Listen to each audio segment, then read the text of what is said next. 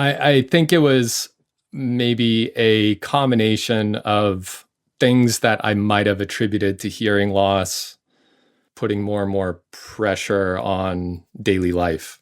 But like over the course of a few months, I think I started being receptive to the idea that something else could be going on.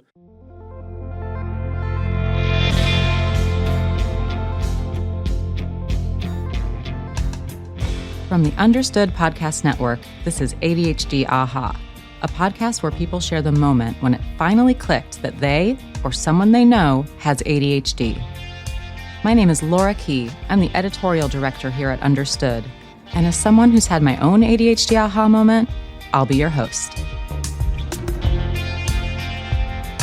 I'm here today with Peter Jones. Peter is a UX designer and software architect in New Hampshire. Peter's also a listener who wrote in. Peter, welcome. Thank you for being here. And you wrote us the most beautiful email sharing your story. Thank you for that. How are you? Oh, wow. Thank you. Yeah, I'm doing wonderful. Thank you so much for having me. I'm super excited to help where others have helped me. Have you ever shared your story publicly before, or was sending that email kind of a first and reaching out to speak to someone other than, say, a friend or a loved one about it? Yeah, I mean, in that context, absolutely. I haven't shared it very broadly and tend to keep it private until I reach a certain threshold with different relationships. So absolutely, this is very public. Well, I'm honored to be here with you today and to get to learn more about your story. So how about we start back in high school? So I think the word you used last we chatted was that you were loosely diagnosed with ADHD in high school. Is that right? Yeah, loosely diagnosed. I was having some trouble in school. I was getting good grades all the way up through junior high, and then high school stuff started to dip. And I think between myself and my parents, we were trying to figure out what was going on. And yeah, that's when trouble started to brew in this area in hindsight. What was everyone noticing? Teachers, your parents? What was that trouble? It was, at the time, hard to pin. It was focused mostly on hearing and my ability to hear. It's almost funny in hindsight because it had nothing to do with hearing. It was me just being in my own head. But at the time, I'd be sitting a foot away from a friend or in the front row of a classroom, and I'd lose interest or get more interested in something I was thinking about, and then pop back into reality and have someone ask if I heard what they said. I would say no, because I didn't. So that's really, I think, where we started to talk to doctors and hearing tests. We saw a couple different specialists, and there was some related hearing loss. I'll say that. There's like low frequencies I do have a tough time with, but the level, to me at least in hindsight, was trying to grasp at straws. Not like, oh, there it is. Absolutely. It was really us more looking for a different solution to what really was happening. It's so interesting. One thing I hear often, either in feedback or just even in looking at how people look up terms on Google, look up questions about what I think they're asking about is ADHD, but they may not know it yet. Parents, for instance, will often search something like, my child doesn't listen, right? Which you can easily make the leap to hearing problems right there. Paying attention, not following directions, not listening in quotes. I think that's really interesting. And you're the first guest that I've ever had on who had that experience where it went so far as, let's get your hearing tested and let's see what that's about. Hopefully I can help some other parents or folks who feel like that is what they're experiencing. Just think about it maybe a little bit differently. I certainly see it with my son who's getting a little bit older. The tendency to want to label it as not hearing or not listening or not paying attention or not focusing, all these sort of baggage statements that I heard growing up. So I'm hyper conscious of risks and assuming something that actually is not necessarily within my son's control or my control. So it was discovered that you do have some degree of hearing problems. Yeah, I haven't had a hearing test since. How much of that is contributing or how much of it is maybe different than what most might experience. The hearing test was interesting. We did it in a closed room. It was almost like a recording studio. I had headphones on. And so it was a very focused experience getting the hearing test, which you can guess I ended up hearing much better than I would have even thought, because that's what I was focused on. There were literally no other distractions. And so I walked out being like, oh my gosh, they're going to think I'm crazy for saying I have hearing problems because I heard everything perfectly fine. And again, the low frequency came back that I had a little bit of trouble with. And I think myself and my parents and the doctors all went like, yep, there it is. Low frequency. So when you're in the lunchroom, that's low frequency. So you must be losing people's voice in the din of the lunchroom or classroom. During some of those doctor visits, I don't remember the sequence, the physician I was seeing did suggest that I have ADHD. And we considered it. This was in the 90s. And so I think it was maybe the first spike of diagnoses in ADHD.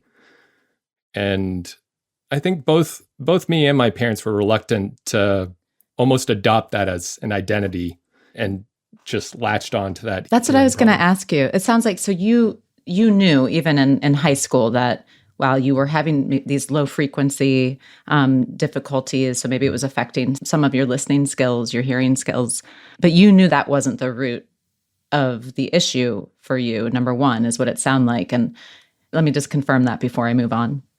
Well, I don't know if I knew, to be honest, because of the stigma attached in the 90s, from my perspective at least. I was very nervous about being put into this very stereotypical bucket.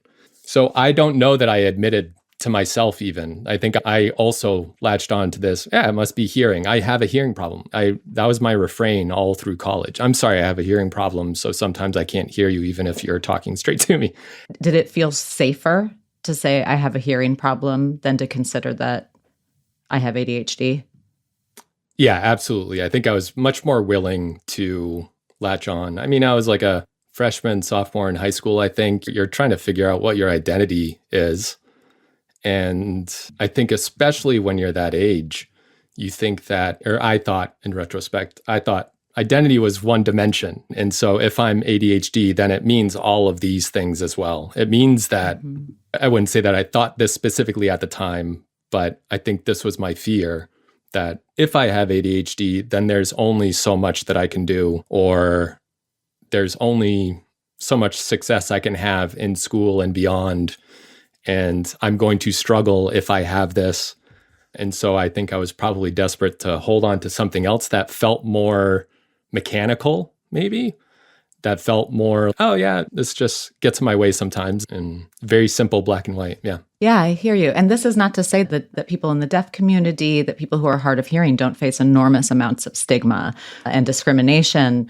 It's just an interesting juxtaposition. It reminds me a little bit, Peter, of kind of, rather than get evaluated for dyslexia or look into that, maybe it's because of lack of awareness or because of stigma, folks may say, well, my child just needs glasses. Yeah. We talked about a hearing aid. That's where it landed. In your comment on the deaf community and the trials that community go through as well, it was more that I was able to have something to prescribe for myself. Like, okay, this is the trouble that I have. And so now I can tackle the trouble. Since being diagnosed with ADHD and accepting it, I think I had that same, all right, let's tackle this mentality that I did with, oh, okay, I have a hearing problem. Let's tackle that. It was just in a lot of energy spent in the wrong direction, meaning that there's a very important clarity and reframing that comes with putting a label on what you're struggling with, whether that's hearing loss or lack completely thereof of hearing, or ADHD in this case. Out of curiosity, Peter, did terms like auditory processing disorder or receptive language disorder come up in these evaluations? Yeah, auditory processing disorder, either that or auditory discrimination was, I believe, the term that was given. Yeah, I'm certainly not an expert in that. I believe that auditory discrimination can be a piece of auditory processing disorder. In Yeah. fact, I can even look it up right now on our site. Yeah, auditory discrimination, noticing, comparing, and distinguishing between separate sounds. It sounds like that is related to your evaluation and what the doctor had said. Yep. And it's really hard, honestly, for me now to say what is what, because inattentive, my particular flavor of ADHD, absolutely can cause, and I understand why in me it causes an extreme difficulty in very stimulating situations to zero in on a voice and focus on that voice for an extended period of time. And so it's very likely that I do still have a version of auditory discrimination, but that it's so wrapped up in inattentive ADHD that it's hard to say where one begins and one ends. Right. It can be hard to untangle. And it's absolutely possible to struggle with both auditory processing, which for those listening who haven't heard that term before, refers to problems in how the brain understands speech. And auditory discrimination is a skill that people with auditory processing issues may struggle with.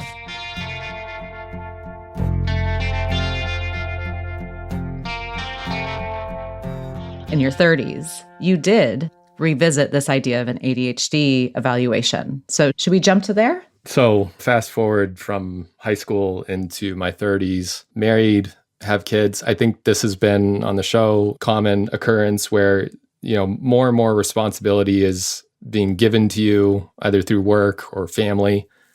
And it's, for me, I think some of the symptoms that can get in the way in your daily life. It was easy maybe through my 20s to just have that be a personal lifestyle almost, where I forget my wallet. And so I have to drive all the way back home and get my wallet. It's not a big deal to me.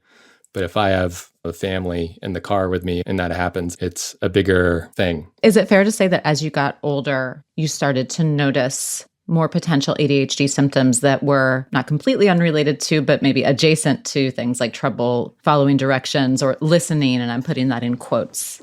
Yes. I think it was maybe a combination of things that I might have attributed to hearing loss, but I think I had more of the other symptoms related to inattentive ADHD putting more and more pressure on daily life. But like over the course of a few months, I think I started being receptive to the idea that something else could be going on. It was honestly by a good friend of mine. He and I made a video game together, and I happened to be checking his blog. He just happened to have a blog post about his diagnosis of inattentive ADHD. And I never heard inattentive added to ADHD. And so he and I think, share many similarities. He's a designer also.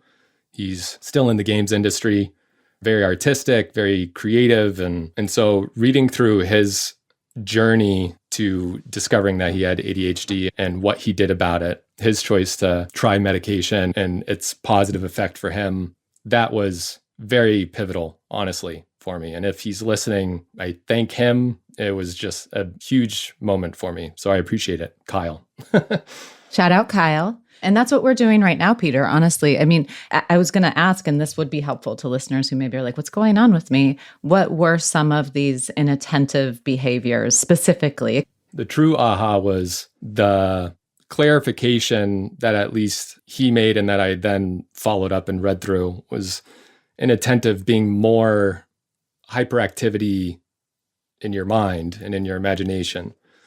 This was like the door that let me in, and I was like, oh my gosh, yes, yes, yes, all these things, yes. Yeah, I can imagine that would be really powerful. I also noticed, Peter, that, and I love this about you, that you're a very kind of deliberate, thoughtful speaker. Sometimes, and I say this with love, as a person with ADHD, sometimes you'll be talking with someone and I'm like, oh, you have ADHD, because it's like, and it's just like kind of nonstop. There are no breaks. All the information is coming out at once. With you, I wonder if is that in your head right now? And it's coming out very deliberately and in an easy to understand way. To be fair, I literally have a note behind this window that says, stay concise. That's my first thing to remember. And Wow. so I appreciate that because I don't always feel like it as well. I get So it. thank Yeah. you. It's surprising to hear how other people perceive us, right? Yes. Yeah. Part of maybe the skill set that I've worked on, let's say, since graduating college, really, but then especially since getting that formal and accepted diagnosis of inattentive ADHD. I think it is, again, been very helpful to label it and understand that how I act and am isn't something I need to change or get rid of, but that it's just who I am and how I am prone to behaving, and that there are plenty of things that help me in what I do professionally and help me as a husband and father. And then there are going to be some things that make it challenging. And the switch that flipped, it made it this very separate part of me that I could then start to understand and observe more rather than feel like it's something that's part of the whole that I need to chip off. Yeah. Like it's not going anywhere. So let's observe it and let me try and understand it. It sounds like clarity is what it sounds like to me. And I say 100%. that keeping in mind what you went through as a teenager, right? And that it sounds like, if I have this right, that there's still not really a lot of clarity around whether it's hearing loss or a difficulty with auditory processing, which I want to be really clear are not the same thing. I'm not an expert on that, but I have learned that from our experts. So it sounds like there was a lot jumbled up in there, a lot of terms, a lot of alphabet soup maybe coming at you without the clarity. And it's obviously, of course, possible that there is something going on there, but the ADHD thing is clarity for you.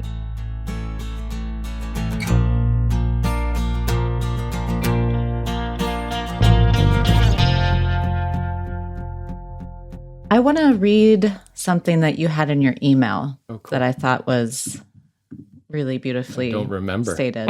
Okay. But what if I just made it up? Excited. What if I just no, you could say anything. I'll be like, oh, I'm wow. like, or oh no. In 1936, I joined the circus. Yeah. No, I'm just going to make this up. No, I promise this is from your email. You said, my initial reluctance to accept the ADHD diagnosis stemmed from a subconscious fear about its professional implications. Number one, can you confirm that was you who wrote that for our audience? Thank you. Yeah. This is what I will be unpacking probably for another 5 years, is why think that to begin with. But because of my ambition and because of the things that I felt I wanted to do and achieve, I erroneously, to be clear, very incorrectly thought it put a cap on what I could or could not do. In my experience, that is a perception that I think others in a professional sense have as well. And so I am still cautious, especially in earlier, between the point of realizing that I do indeed have inattentive ADHD and then, let's say today, it's been about 5 years or so, I do still have a caution in telling anyone, especially superiors, especially disciplines outside of what I do. I think there is still a stigma attached to ADHD, and what that person is or is not capable of, that is absolutely incorrect. And it's part of why I feel when the timing is right, when I have earned that respect from a person that might have those preconceived ideas, that is when I am very open and honest about having it, because I've done the things to show what I'm capable of. And as a designer, you're interested in ADHD-friendly design, is that right? Yeah, I probably inadvertently. I think early in my career, I was creating video games, and then I transitioned to really, at face value, boring software like financial technology and PDF technology and e-signing, just stuff that sounds very corporate and dry at face value. Just quick note, I don't find that corporate and dry at all. In fact, it's a very passionate topic around understood.org. Design, how we develop PDFs that are accessible. There's a lot to unpack there. We won't go into it right now. Oh, yeah. Just wanted to assure you that I don't find that boring at all. Well, that's good. Certainly from a design community perspective, especially early in my career, let's say I wouldn't have thought that I'd be jumping at these kinds of technologies as opposed to wanting to work at a Google or a Facebook, or not that there's anything wrong with working at those, but things that are to the public more exciting, let's say. But I've always really liked bringing in what I've learned from video games, which is really just a product whose success is fun instead of signups. So taking those principles and then applying them to these very dry topics to see what we can do to actually make them fun and engaging and getting folks into flow within these professional tools and technologies. Well, thank you for reaching out. It was wonderful to hear from you and then to get to actually speak with you now. So just thank you.